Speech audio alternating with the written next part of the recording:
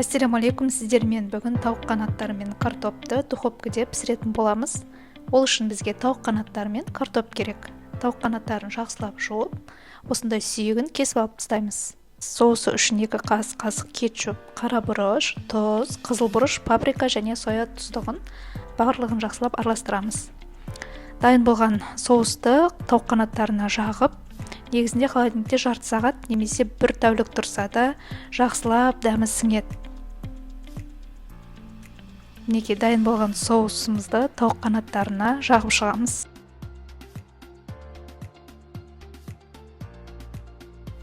Енді жанында духовкаға бірге пісіретін картошкамызды дайындаймыз. Картошкамыздың сыртын жақсылап жуып аламыз. Тұз, сары май, базилик қостым және қара бұрыш септім мен.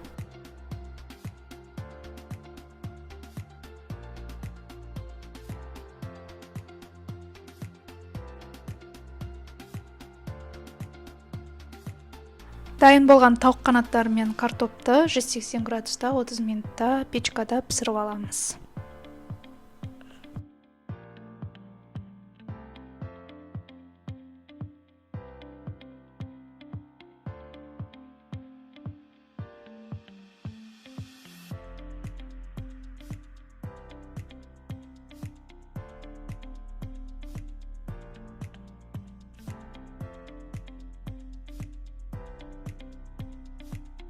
Мінекей біздің тауық қанаттарымыз бен картопымыз духовкада пісіп шықты. Иісі деген керемет, дәмі де керемет. Жасап көріңіздер. Мына картопты көріп, бала кезде шоққа пісірген картоп есіме түсіп кетті. Барлықтарымыз бала кезде шоққа картоп пісіріп жеген болатынбыз.